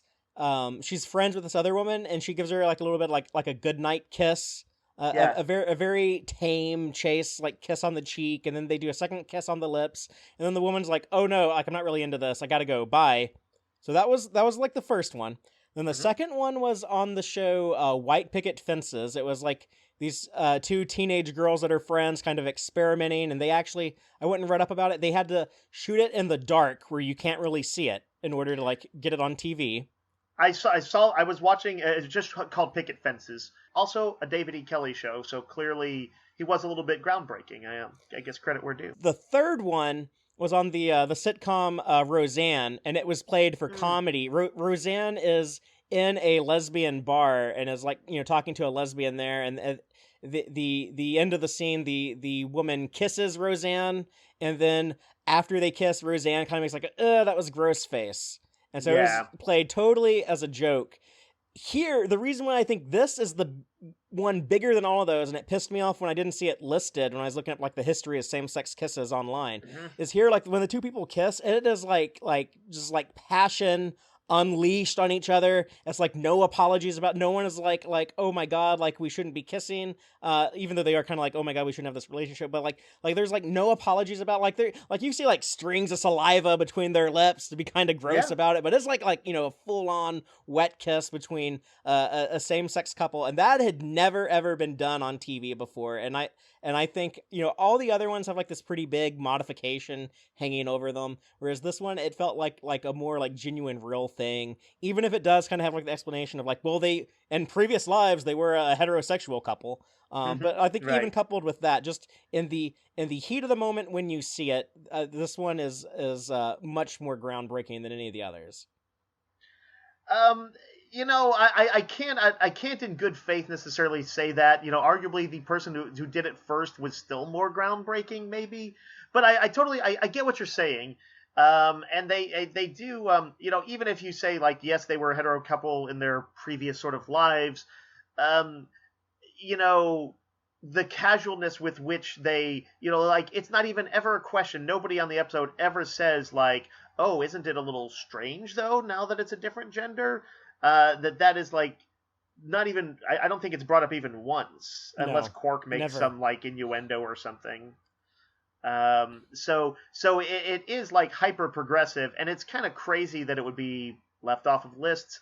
It's the usual kind of, sci-fi derision, that's not a real show. I also really enjoyed getting to know a little bit more about Torias. When they did the episode Facets in the previous season, that was the Dax host that possessed Julian Bashir for a little bit, and he was the one Right. who he felt kind of cheated, like he didn't get like a long enough life. He died in the shuttle accident, and he was kind of like he wanted to be like a little bit of Curzon like party. I think he kept like eating snacks and stuff, and she was like, "You might not want to do that." Like Dr. Bashir was just trying to lose some weight and everything, but is definitely a guy who like felt like he didn't get like enough life, and now like we kind of Yeah. see why. Like he was obviously like very much in love with his wife, and they probably didn't get to be married that long, and yeah, so I can understand why that dude Torias felt so cheated. And we also get like a little bit more of Tobin. We explain like Tobin was like the weird shy dude that didn't have much of a sex life, but Mm-hmm. he got really good at magic tricks apparently. Oh yeah. That was kind of a fun little aside. I just liked it as a bit of visual, like, humor and Quark trying to figure it out and, like, coming up with all these awesomely ridiculous explanations. That was just a nice small moment. Yeah, I guess like Ferengi don't have like magic shows on Ferenginar because like when like she first does it, Quark is like watching and then he's like, "It's a trick," and then they're like, "Well, of course it's a trick," and he's and then he's like, "I'll Yeah. try and like he's like you beamed it into your mouth with one of the transporters." He's trying to figure it out like you regurgitate it. That's gross, by the way. Quark also, I felt weirdly close to him in this episode, where he is trying to get straight all the different past lives of Jadzia and her lover, and and how they connect up or don't. And it's, I feel like it's almost meta. It's like someone trying to figure out, like, sort of some of the tighter minutia of Star Trek and not quite not quite getting it. Anyway, it was funny both for the specific scene and on a slightly meta level. And this episode was also directed by Avery Brooks. Mhm. And Terry Farrell has talked about like, oh yeah, when she had to do like the kissing scene, like Avery Brooks was really good because he kept all like the press out, like E.T. I think Entertainment Tonight wanted to like come in there and like shoot them shooting that, and Avery Brooks didn't want them to do that because he didn't want to like distract the actors. He wanted them to to feel like comfortable like doing this emotional scene. Entertainment Tonight was all over that sort of lurid stuff, or they would try and essentially make it lurid. Yeah, by no means would I say like it was a bad episode. It just didn't grab me as much as like I wish it had. Obviously I like these kind of character centric episodes, and I like lots of bits and pieces in it. The one thing that's always bugged me is when they have the force field over the plasma fire, and then Dax is able to kind of like walk down the side of the force field. I always pictured like a force field as like a frictionless surface. I think it should be like incredibly smooth and slippery, and you should just like slide right off of it. So that always, the physics of that always felt weird to me every time I watch it. Yeah, I think that's a reasonable observation, Fatheree. That probably is how they would be, but it looked neat. I would like to say that I liked the small bit where Dax admits that she exaggerates Curzon's rebellious qualities. It just seemed like it seemed truthful. It seemed like the kind of thing that people do about larger than life people. That like sometimes you make them even larger than life, and I thought that was just a nice bit of subtlety on a little bit of nuance on the writer's part. Let's go on to the next episode. We have 3 more. This one, knock 'em episode out. 7, Starship Down. Cisco defends a Karama ship when it is attacked by the Jem'Hadar. Meanwhile, Quark and the Karama trade minister argue about the value of dishonesty in trading before having to work together to disarm a Jem'Hadar torpedo. Yeah, this is the submarine episode with the torpedo stuck in the wall, basically. I saw that David Mack wrote this. I thought he actually only did the books. I didn't know he, or if I knew, I'd forgotten that he also wrote for the show. You did know because I pointed it out, but you also forgot. It didn't apparently. stick. It didn't stick. Yeah, David Mack and his writing partner, John Day Ordover, and then the two of them are credited with a story credit for a season 7 episode. So a long time before we get to that, but yeah, here in the meantime, they wrote this episode, which was David Max admitted was inspired by he'd watched like Das Boot on TV, and then he's like, oh, we could do this in Star Trek with the Defiant. They had to use a gas giant instead of using an ocean because it was cheaper to use a bunch of CGI gas than have like water leaking into the ship. Yeah, I Would have been heard too they had expensive. to cut a scene he really wanted to do with Odo in it, kind of coming through the wall, shapeshifting through it. um, yeah, this is also very reminiscent of the Next Generation episode Disaster. I think it's a boring one-word episode title. I like Starship Down a lot more, but Disaster, it had the Enterprise disabled, and you had the people paired off. You had Keiko and Worf together, and Worf has to actually like deliver Molly her kid. as a baby, and then you had I think Ro and Troy are on the bridge, and they think everyone else must be like dead, and like they're the only ones left alive. And you had like Crusher and Geordi having to deal with a plasma fire in a cargo bay. This episode had all the ingredients that I like and have been like, I think it even said I've wanted in like as far as an extended ship battle in the sort of more submarine style of the Mutara Nebula fight. Mm-hmm. And yet it didn't rise to the occasion for me. Really, that surprises me tremendously because for years, I actually thought this was one that would that you would really enjoy. It's one that I always thought about like possibly like recommending to you, just watch on its own, because I thought you would dig this one. On paper, it does. I don't know quite why it didn't. If maybe just the individual pairings didn't like they didn't sing for me, or maybe I couldn't help but compare it to something like Balance of Terror or the Mutara Nebula fight and say like, oh, it doesn't quite reach the dramatic heights of Balance of Terror and their action adventure heights of the Wrath of Khan battles. And I've seen Das Boot. It's an amazing movie, but like didn't quite measure up to that either. I mean, yeah, these are all like sort of peaks, admittedly. I had a hard time pinning it down. I don't know quite why it wasn't more involving to me. I'm somewhat at a loss on this one. Maybe you were just normally like in a I can bad sort mood. of guess why, figure it out. Maybe you were just like in a sour mood when you were watching it. I find that happens to me sometimes if I'm like, it's not in possible. like the right headspace. It's possible.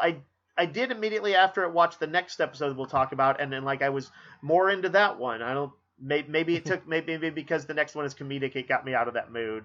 I was a little. I want to quick mention a few things though. While I turn it over in my head, I was kind of shocked to see James Cromwell show up. I was like instantly recognized his voice. Oh yeah, yeah. I guess this is his third. I think he did 2 appearances on Next Generation and then 1 here, and then of course he'll have a very iconic one about a year after this in the movie Star Trek First Contact. Okay, I couldn't remember if First Contact had happened yet at this point. You said before that you didn't like the Karama design when we saw them in the search, that weird bulge coming out of their forehead. I don't really like it either. But I still didn't warm up to it. We don't see a ton of them. They're just like the smaller race involved with the Dominion. I really like the thread of, like these 2 Jem'Hadar ships, and it continues like the tradition of like these little Jem'Hadar ships. They're very deadly, but the Defiant can still take them out, but they're not quite. They don't feel like just meaningless little TIE fighters buzzing around. It was just like gun down easily.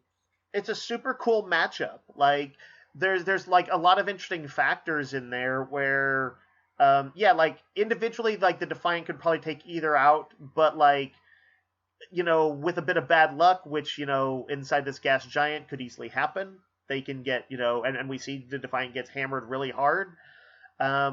They are also trying to protect another ship, so in video game terms, this is an escort mission. Very, very, very pain. It's pain in the ass sometimes, those escort missions. What my favorite scene in this, Fatheree, had nothing to do with the major plot. It's the look on the sort of slow burn, pissed off look on Sisko's face when he finds out that Quark has been dealing dirty with the carrot, because he just kind of has this look like he just slowly starts to turn to Quark like, you piece of shit. But like, I like how he did it. He doesn't blow up at him, and he doesn't exaggerate it. It felt very real. It felt like the way people do. I liked a lot of the Worf stuff in this episode. Like, this is more of like Worf having to adjust to not so much his role in Deep Space Nine, but his role as in command. And he's able to like make his way from the bridge to engineering to try to like gain control. He has to take command of the ship with Sisko incapacitated, and in engineering he's kind of like bossing around like O'Brien's staff, and O'Brien's like dude, like they're not bridge officers, like you gotta cut them a little slack, okay? Like, I know we're in like a life or death situation, but when it's either Stevens or Munez when he's like, I'll do my best, sir, and like Worf is kind of mad at him. He's like, of course you'll do your best. I expect nothing less. Yeah. Why wouldn't you do your best? Right. Yeah. He was a mean sensei there, and like, it's interesting because O'Brien can be rough enough himself, but he's more of a people person than Worf is. Yeah, I like that. I also liked theoretically that the notion of I sort of tend to liken stories like this when you through some forced mechanism, in this case the isolation from the damaged ship, you see character growth. I like when shows do sort of force stuff like that sometimes. I don't mind the mechanism. But when Kira confesses that she really does think that Sisko's the emissary and all of that stuff, I love that idea. It's just for some reason the scripting didn't make it quite come through for me. But I think it was very very much a good concept.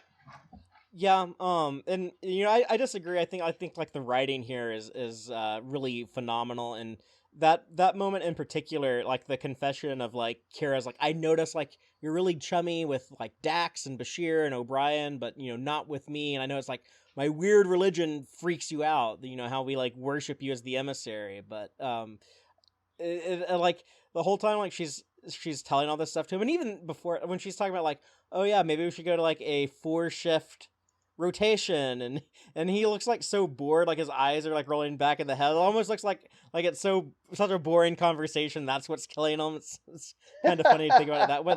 But no, like he tells her, like keep talking to me, keep me awake, and she tells like the story of like the three brothers, the three farmers with the giant kava root, and you just imagine this like some weird little like Bajoran fable.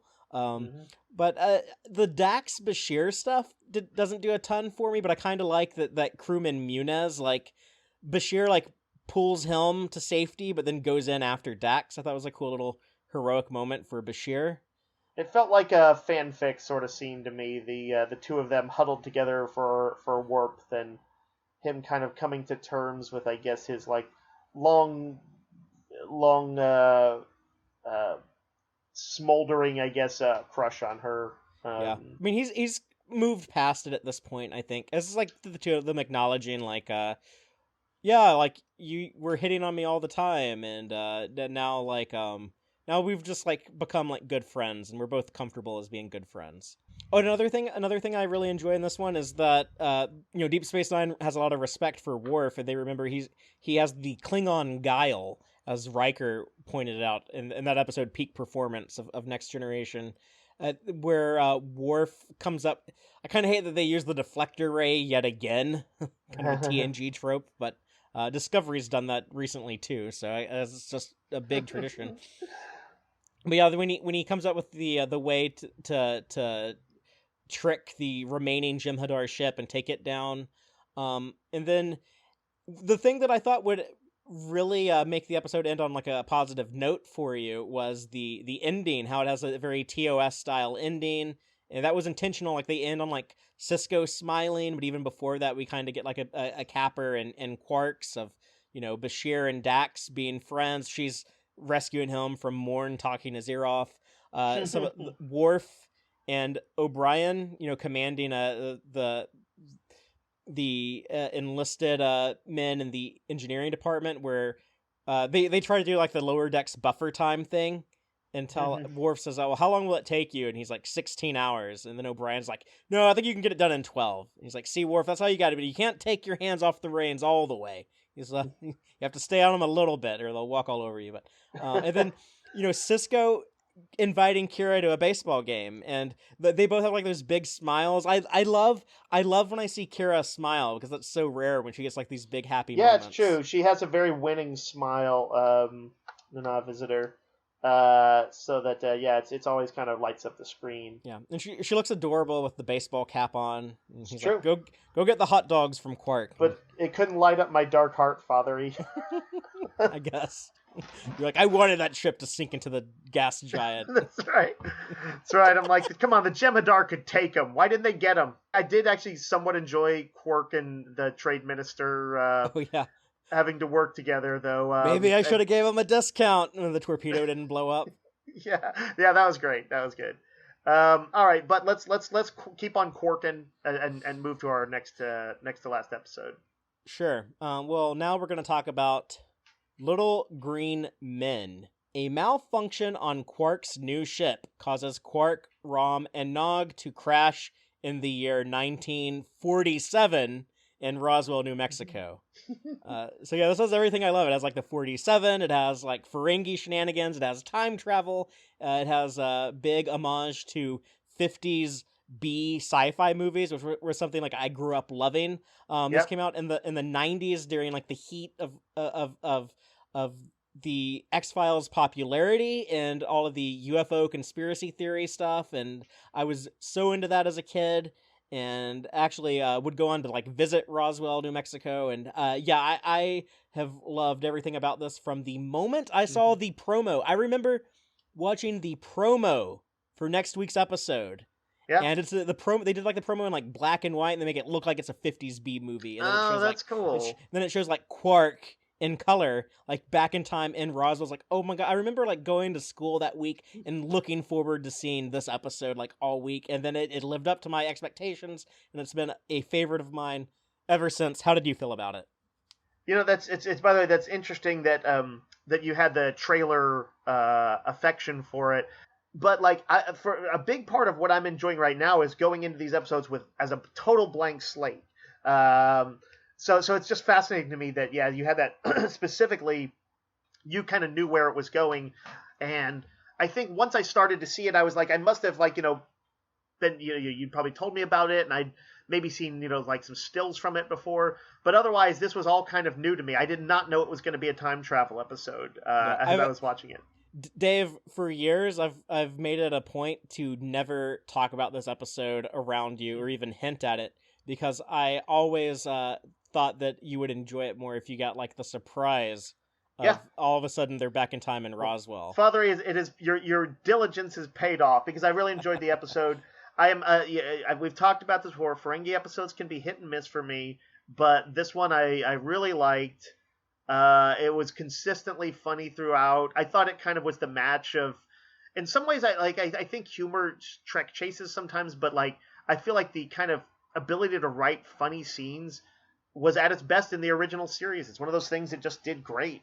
And I think this is a match for that. I think it's you know what I loved actually is that the episode felt in the same way that Trouble with Tribbles or A Piece of the Action did. It felt kind of low stakes, even though there were really technically big things happening, possible time, destruction,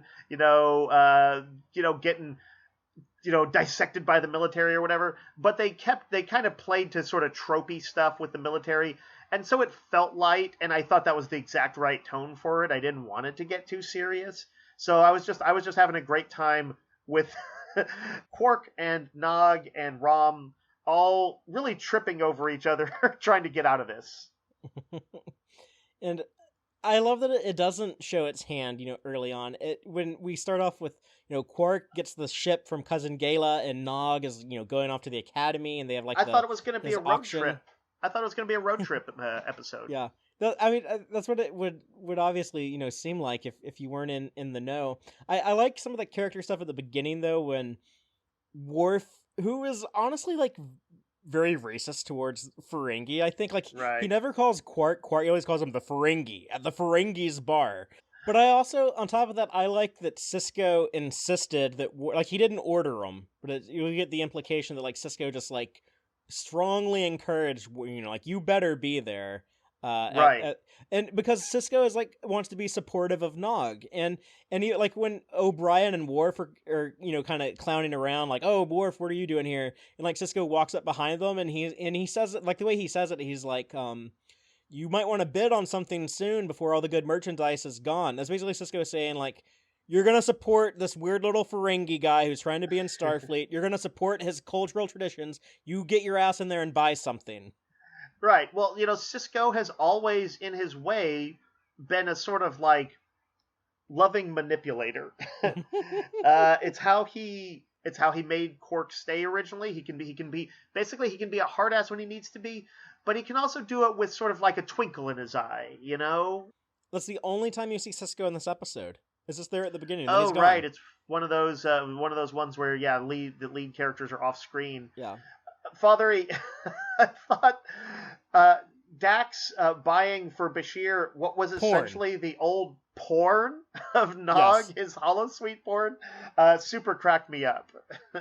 I like that Worf got the tooth sharpener, because Klingons have like there's sharp tooth also. Sharp teeth watching also. him kind of awkwardly test it out was good stuff. There's character stuff in all of those. Like Kira, like, recognizes her old spring ball racket that I guess Nog, when he was a little like teen criminal, stole from her. Oh yeah, right. And then also there's the fact that Rom is like, and very notably more later in the episode, is like, well, he's taking pride in his son's accomplishments, but I love that Rom just straight up says later on. I wrote it down because I was like, oh wow, it's self-awareness now. He said, I've always been smart, brother. I just lacked self-confidence. And I was like, oh shit. I kind of thought they were going to always run with the trope of him just kind of always being like dopey but well-meaning, good-hearted, and like smart in his way. But they actually are like he's not moving forward in like leaps and bounds, but he is moving forward. That was cool. I really didn't expect it. Did you catch the 47 when Jake asks Nog, like, how much is it? And it's kind of sad, they're at like their spot, where they would stand and watch like the ships come in and out and stuff. He's like, how long how much time have we spent here at our hangout spot? And Nog says 2,147 hours, and he's like, just kidding. Like, it was basically saying, like, who am I, Spock or Data? I don't know the exact number. Yeah, right. There's a lot of satirical stuff in here. I thankfully did not notice the awful intrusion of another 47 in joke.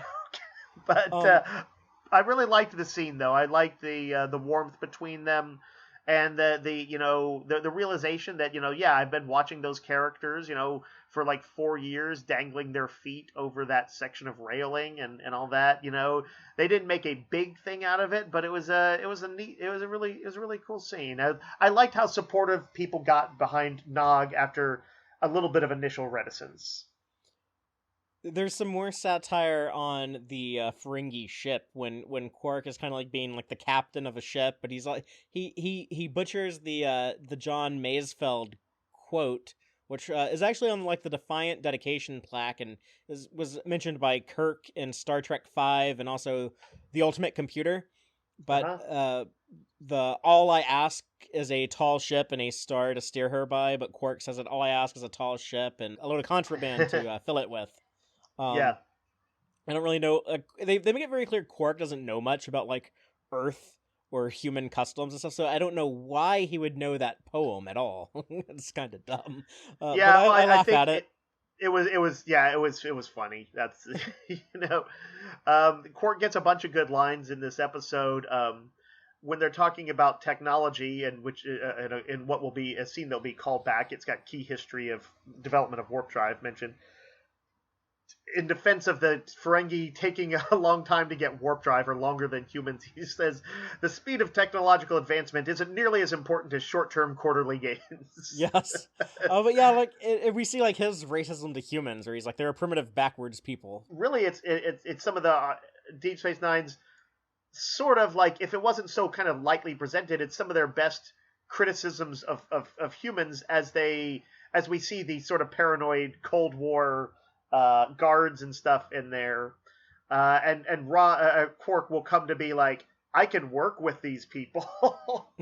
Yes, that's why this works for me so well, is because at the heart of this episode at the heart of this comedy episode, this tribute to 50s sci-fi movies, it is quintessential Star Trek. It has the optimism. We have like Nurse Garland, who's like, "Oh, I hope one day we become like this international alliance of different planets." And Yeah. even though Quark is like, "You people better just stay on your own planet," trying to like undo the Federation like an asshole.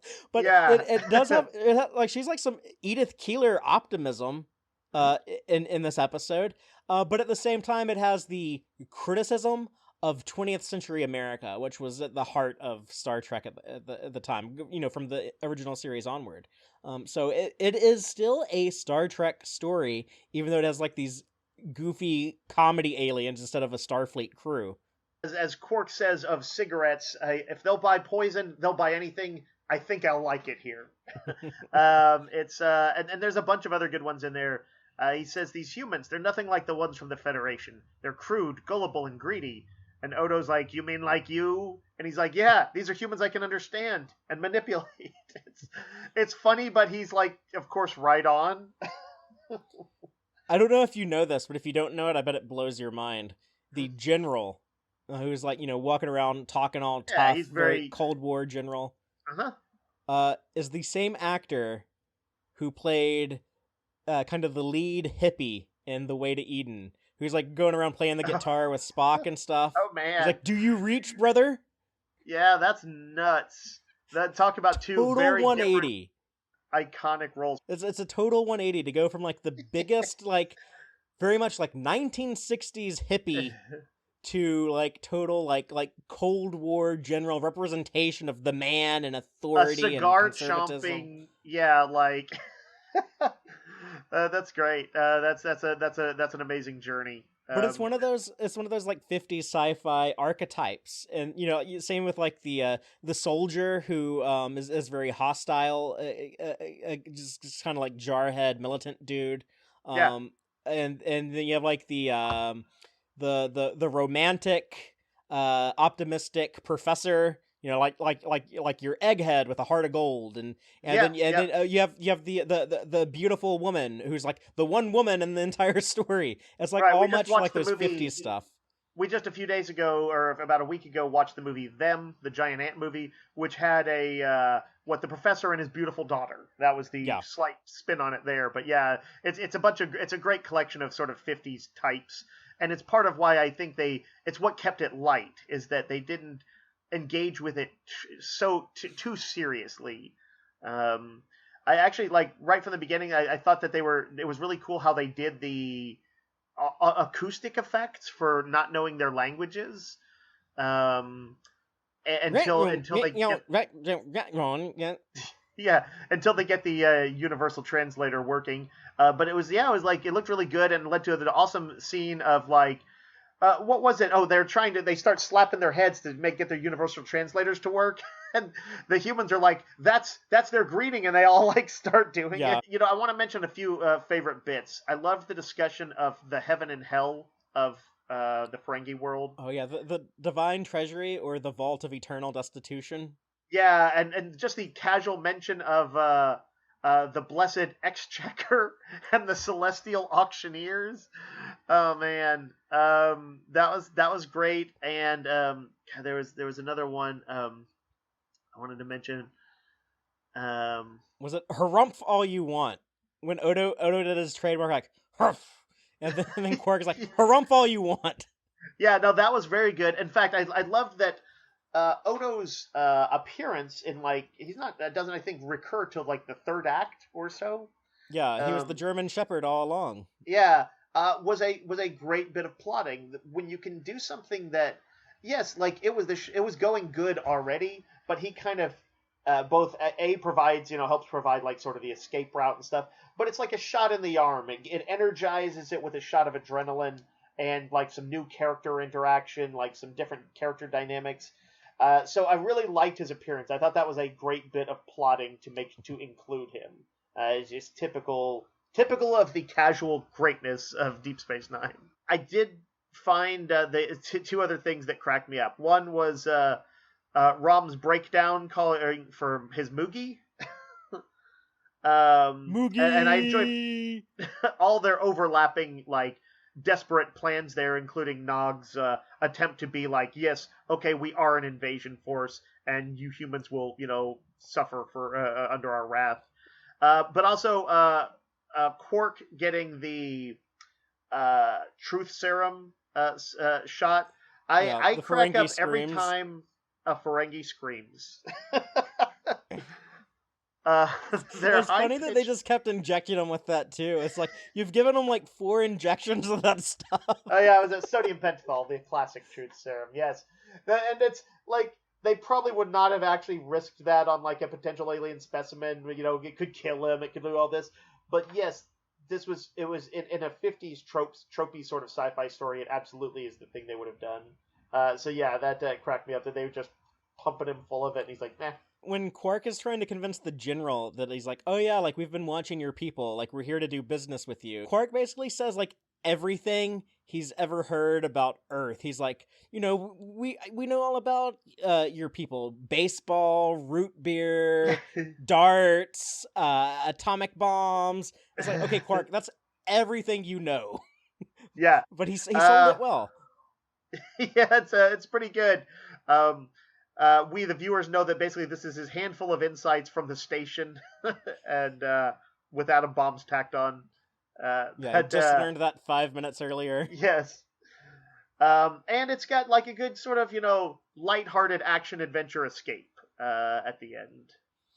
With an atom bomb that Ira Stephen Bear said he did that intentionally because he was kind of bothered by the movie True Lies when you see like this. That movie's played to be ridiculous, but when you see like the heroes of the movie kiss each other with the backdrop of an atomic explosion, Ira Stephen Bear was like, we kind of like lost the danger of the bomb.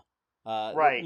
From the Cold War. So he's like, I'm going to take that one step further and make it even more ridiculous and use like a nuclear bomb being tested in the desert as my Deus Ex Machina to get my goofy aliens, back to the future. It's funny. It's very, in some ways, anti Deep Space Nine to do something like that and not weigh the consequences. But yeah, as a bit of satire on the sort of lightning of it, that actually works pretty well. But I actually thought Quark's plan, like as far as like was pretty good as far as the skeevy plan went to give the Ferengi the warp tech ahead of everybody else in the era to rise up. I want to see the alternate world where he did that. Yeah, even though it doesn't really work because later Star Trek episodes and movies kind of establish that Vulcans had farther. Both the Vulcans and Klingons would have had warp drive at this point in 1947, probably. So, but Quark just probably didn't know that, and yeah, he like Jake in The Visitor obviously has no concerns about changing the timeline. Like it's kind of fun. It's there's not many Star Trek shows where you could have a main character behave this way, and it's kind of despicable and kind of like a very comedic sense where you can still laugh at it. But yeah, like undermining the formation of the Federation is probably a terrible thing to do. But hey, he said it earlier in the episode. It's all about those short-term profits, baby. The last one we will discuss today, the Sword of Kahless. Klingon Dahar Master Kor, Jadzia Dax, and Worf search for the fabled Sword of Kahless on a remote planet in the Gamma Quadrant. Dave, this episode is basically Indiana Jones and the one Excalibur to rule them all. I had a different association with it, and I did end up looking at the notes on this, and I saw that the association has come up. I bonded pretty strongly with the movie Treasure of the Sierra Madre as a kid, and I saw that gets mentioned as an inspiration for it too. And so, yeah, it took me until I sort of saw that Worf was losing it too, that I was like, oh shit, I see what this is doing.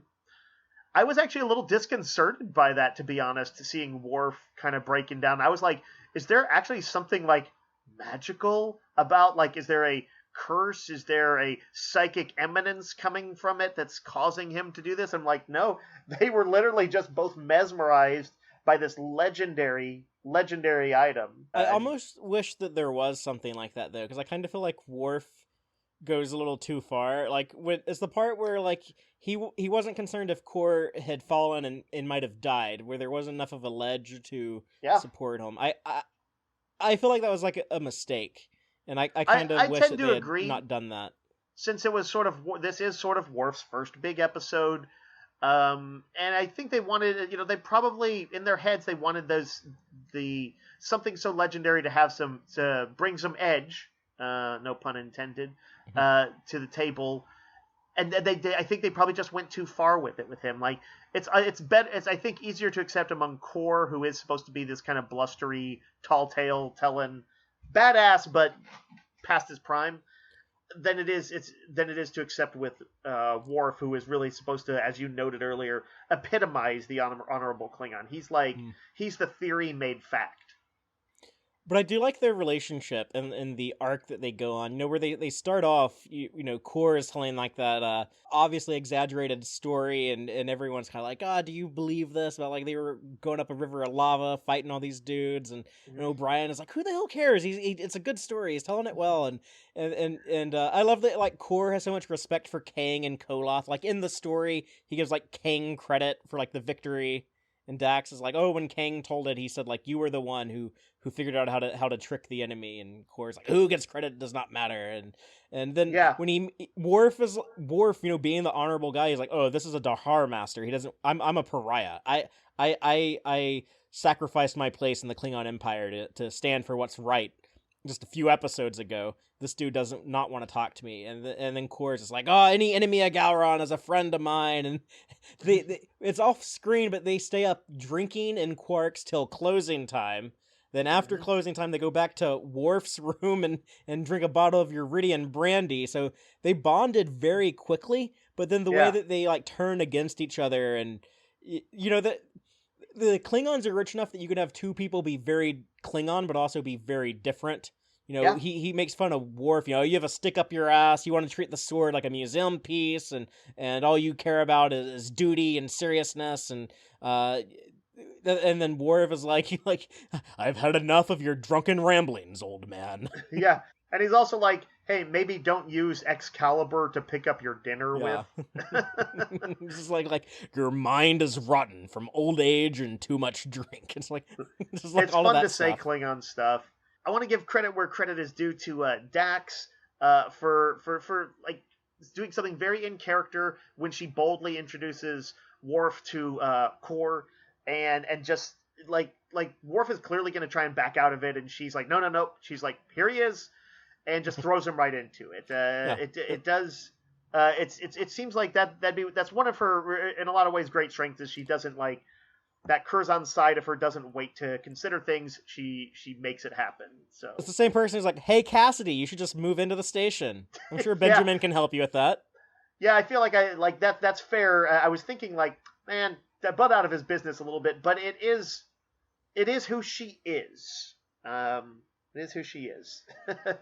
It's like if you're going to be hanging around with her, you should know she's going to make some bold proclamations. She might say an uneasy truth or force you to confront something a little faster than you were ready for. So I like her towards the end of the episode when she has just been fed up with Kor and Worf and just stuns both of them. Yes. Well, people forget that in Star Trek. Like, the characters always forget, like, I can just stun these people. Like, whenever someone's giving you shit, you can just make them go to sleep in Star Trek. Right. It's not portrayed as, like, generally having any serious side effects. So I would stun people all the time if I had a phaser. Oh, my God. Yeah, that might not be as great an idea as you think, but yeah, no, I loved how it happened where I think Kor is like, you've made the right call, and then she's like, shut up. It just stuns him. I think I want to see that slightly more aggressive side of Dax to go along with the bold personality. They bring back Torel from The Next Generation, Redemption, Parts 1 and 2. He was the bastard son of Duras that his aunts, Lursa and B'Etor, they try to put him on the throne and take over the Klingon Empire. They want him to be the new they say he should like inherit the house of Duras and And then you have Galron led the other forces, and you get that Klingon civil war. And one of my favorite Worf moments, probably the absolute best Worf moment in the Next Generation, if not like in Sons of the Father that I mentioned earlier, but in Redemption Part 2, when the Galron side has defeated the Duras side, and Galron tells Worf, he's like, okay, we have like this little brat over here, and Worf, I will give you the honor of being the one to execute him. His life is in your hands. And Worf chooses not to kill Turel, and Galron says, if you won't do it, then I will do it. And then Worf says, no, you said his life was mine, and I decide that he will live. He's defeated. We don't need to kill him. And Galron says, that's not our way. And Worf says, perhaps not, but it's my way. And I get goosebumps now just like recapping that to you. So like I love that, but here we see it kind of come back and bite him in the ass with Turel here, trying to get the sword to take over the Empire. And Kor rips him a new one for having spared him. Right? He's like you're no Klingon, and like when Kor says it, those words have some real bite to him. Even though he is a blustering old dude, he's still a legend, and it's like it clearly hurts. Yeah, and Kor has a few good things. I like when it's a callback to the original series, the way he says "glorious" when he sees the wormhole open up, and he like acts it out with his hands, like the wormhole like opening up, and he's like that huge insane smile. But it's like when he said "glorious" and "errand of mercy," it's like it will be glorious, and that scene at the beginning in the bar, I just love the connective tissues of Star. Like, here is a guy who I've seen in the same room as Kirk and Spock, and now he's in this room at Quark's and I've seen Harry Kilm and Tom Paris visit this bar, and they're hanging out with Worf and O'Brien, who are on the Enterprise and the Next Generation. I just love, like, when I was watching that scene, it just struck me how the tapestry of Star Trek and how everything can weave in and out of each other. Yeah. And, without, most of the time, I think without feeling quite that sort of incestuous vibe that the other Star franchise. Yeah, where everybody knows everybody. I mean, there is a little bit of that, but it's not like everybody didn't know Picard, but he's famous enough that they were aware of him. It's more like that. You run in Starfleet circles. You're going to know some of these people. You're going to bump into some of them. Maybe you've passed them and seen them in passing. Maybe you were at the Battle of Wolf 359 with them, whatever. But yeah, Star Trek, it's neat to feel that tapestry and that sense of connectiveness. Oh, they bring back the Lethian doing the psychic attack. Yeah, that was just a neat little bit. It's a good plot device, honestly. And move things along in a kind of neat, quick way. They got to do a little. There is that Indiana Jones side of it, of like finding secret weapons, figuring out how to get past traps. I understand there were going to be like more traps at some point, but they had to edit them out for like time. Yeah, or I think budget purposes, but and this introduced the idea of like the Herc. We get reference like the Herc invasion, which they don't talk about a ton, but yeah, there's this alien race 1,400 years earlier that conquered the Klingons on Kronos, and I've interpreted it always, and I think this might have even been like some of the novels or some of the other like non-canon stuff, but like in my mind, like you had like the rise of Kahless and kind of like this feudal society kind of unite, and then but they were still like fairly primitive, and then like the Herc invade. But like I picture as like the Klingons like drive the Herc away and then like kept the technology, and that's like how the Klingons got advanced. That makes some sense. That's something that I've always kind of headcanoned, and I'd love for them to explore that at some point. They mention the Herc again on Enterprise. But yeah, I think that will do it for both the Sword of Kahless and today's discussion, but we will have 2 more rounds of Deep Space Nine Season 4 talk. Next time we're doing the next 9 episodes after this. That's going to be everything from Our Man Bashir all the way until Rules of Engagement. So you'll have that to look forward to next week. Yeah, I'm excited to see Our Man Bashir. I know that's been kind of like, I've almost seen it any number of times, but I just never got around to it. That was another one that I tried to like push you to watch, because I thought like it might. It's a fun one to watch out of context, and I thought it might get you more interested in DS9. But yeah, so you should But watch it turns that out ASAP because I think in you'll like it. context is what it's going to get. Well, that's probably the best way. But Dave and I are both, I would say, pretty big James Bond fans. Like we've seen all the movies. I've seen all of them, and I've seen most of them multiple times. So yeah, it's something that we grew up enjoying. So I think that'll be a lot of fun to talk about next week. But until then, as always, live long and prosper, y'all. Listen to the Tex-Trek podcast through Apple Podcasts, Google Podcasts, Spotify, or at tex-trek.com. Like us on Facebook at facebook.com/tex-trek, and follow Fatheree on Twitter at TXTrek. Please support us by liking our videos and subscribing to our channel on YouTube. Thank you and take care.